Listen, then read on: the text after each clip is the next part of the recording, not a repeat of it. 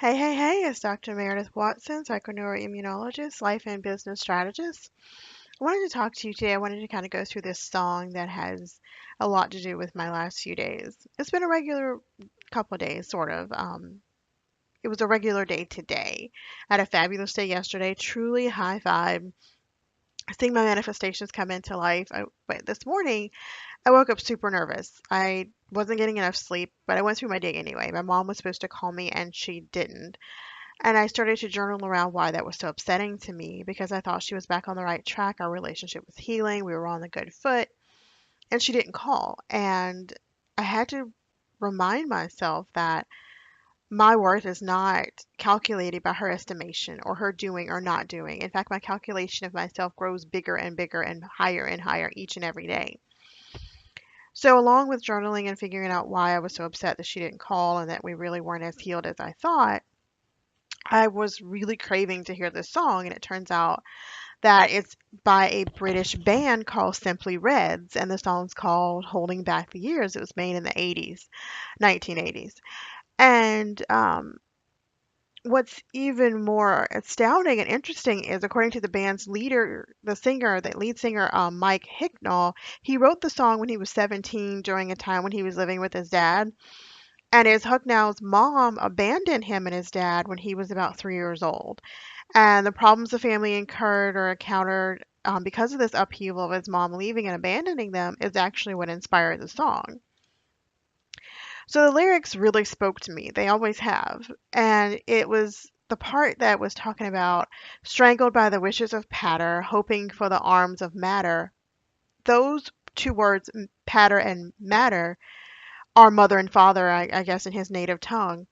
And I thought he was just trying to rhyme. It was strangled by the wishes of my patter, hoping for the arms of matter come to me sooner or later. And I thought, oh, he's just trying to rhyme. And then I looked up the words and it was father and mother. And I thought, wow, this is incredibly interesting because of the issues with I'm having with my mom right now and how I just want to be embraced with her. And I spent so many years wanting to be loved and accepted and belong to her. I'm adopted. I met her when I was 14. It's an interesting, complicated story, but all I ever wanted was her embrace, her to accept and belong and kind of nestle me close. And I didn't think I had any father issues, and I didn't realize until my second heart attack that I had a lot of mom issues. But those are directly correlated with a lot of the chronic pain and issues and conditions and malignant cells that I've suffered over the years. And him writing this song when he was 17, when I was 17, that's when the malignant cells in my body started to appear. I remember that was my first diagnosis, or I was at 17 when I had my first diagnosis. And I thought all of my life, if I followed the rules, if I did what I was supposed to, I was a good girl, everything I wanted would just come. It would, effortless joy, just effortless, everything would just come into play. And I thought I'd be immune to all the pain that I'd suffered more dramatically in the last 2 years. And I was in for a huge shock, huge awakening. Talk about wake up call, slap in the face when I suffered all of these emotional traumatic events and had to go through doing all the work of excavating all that and rising above all that. And really acknowledging that even though I'd gone through all these struggles, that they had a purpose, that there was a point behind the pain. And I really didn't want to acknowledge my pain regarding my mom for so long because I was angry that I let her in, that I trusted her, that I expected her to show up for me, and she didn't. So, in a way, I felt like I had to grieve what I'd lost and accept she could not be what I needed and wanted her to be.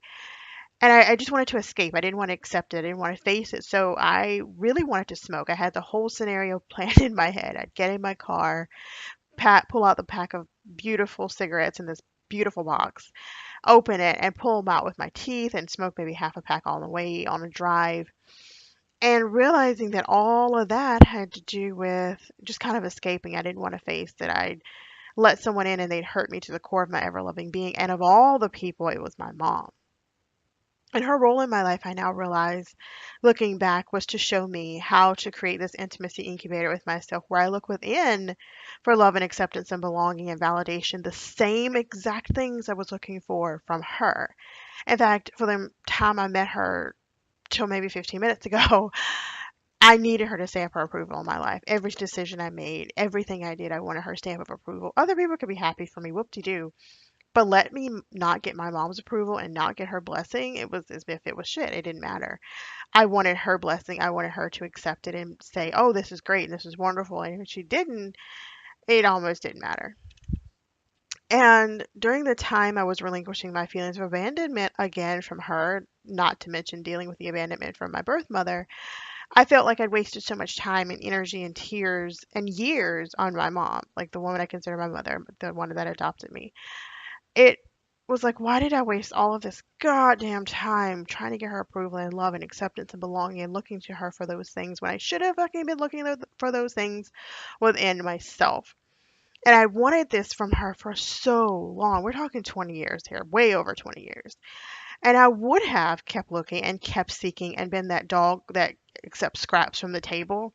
I would have kept doing it and holding on to that theory or wanting that thing and showing up for it if I felt there was any chance of me getting what I wanted from her. And instead, I had to rummage through the feelings that I'd wasted time and energy, so I thought. I learned so much in the meantime, unbeknownst to me at the time I was scared and freaking out. But I learned so much. I learned a lot about myself and what I really truly wanted from her and what I need to start seeking within myself to obtain. And I learned the same thing about my ex-husband. I had to learn about who I was in relation to him and what I'd been searching for and what he was teaching me. And I think that's one of the ways we get through the trauma and the stuff that comes into our life, that way we make the lemons thrown in our face into Boston Sour, is to figure out what we learned, to figure out what lesson there was in this pain and move on from there and use it as a catalyst for change and not a reason to stay stuck.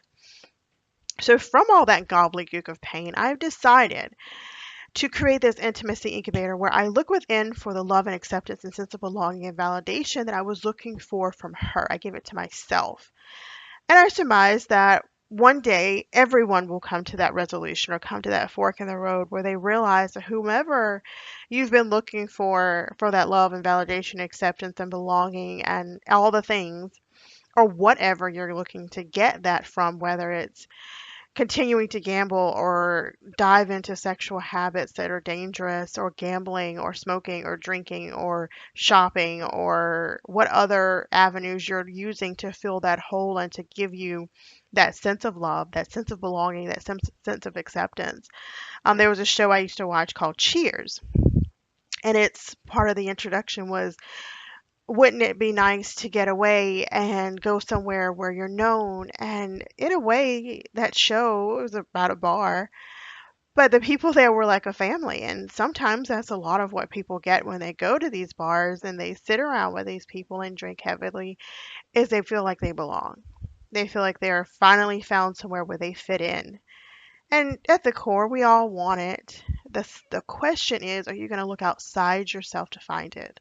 Or are you going to find those things within yourself? And if you want to know how, that's what I do. I help people to live unapologetic, to love the life they live, and to create a passion based business, but also create a passion based life, a life that you love. And I wanted to touch on this. A lot of the issues that we're talking about, that sense of belonging, applies to the root chakra. And that particular chakra is located at the base of your spine and has everything to do with career, mindset, sense of belonging, all of the areas that I happen to be going and questioning in the last 2 months. And I don't think that's a coincidence. And I challenge you to live unapologetic, to love life and live a life you love. And if you dare build a passion based business, discover the step by step blueprint to create a profitable online business, but also create a life that you're passionate about. And you're more than welcome to garner my magical, in-depth, high-touch, intuitively captivating support. You can check the information in the show notes and go to the website and look and the amazing e-courses that I've created and the option to work with me one-to-one. And in those portals, you are going to find jam-packed these portals are comprised of jam-packed information of holistic health, soulful life creation, business creation, revenue generation, mindset, e-courses, ebooks, formulas, mind maps, meditations, affirmations, JPEGs, strategies, videos, everything you're going to need to fortify, accelerate, enhance, propel, and transform every aspect of your life and business, and just to catapult your healing and evolution and growth and abundance and your wealth. Because a lot of the reasons people don't have what they think they want or what they truly want It's because they don't think that they're worthy of having it. And I know that for myself. So I do create with you this intimacy incubator and support you and fundamentally teach you to stop looking through other people's eyes. Their estimation of you is not the sum total of your worth. Let me say that again. Their estimation of you is not the sum total of your worth. You get to love yourself, validate yourself, honor yourself, accept yourself, fall in love with yourself first. And create that familiarity and friendship and closeness with yourself because who knows you better? Who's been with you throughout your entire story? And to intimately allow that space where you nurture and heal yourself allows you to meet your own needs. You're not looking to anybody else to meet your needs. You're creating that intimacy incubator with yourself, and you are creating that intimacy with yourself so that you don't need it from other people. It's an icing on the cake. It's not the whole cake anymore. And I utilize proven methods. These are methods I've used to heal myself and my clients in previous times, and it allows me to help others to heal their pain and catapult and grow and evolve in a holistic and practical way.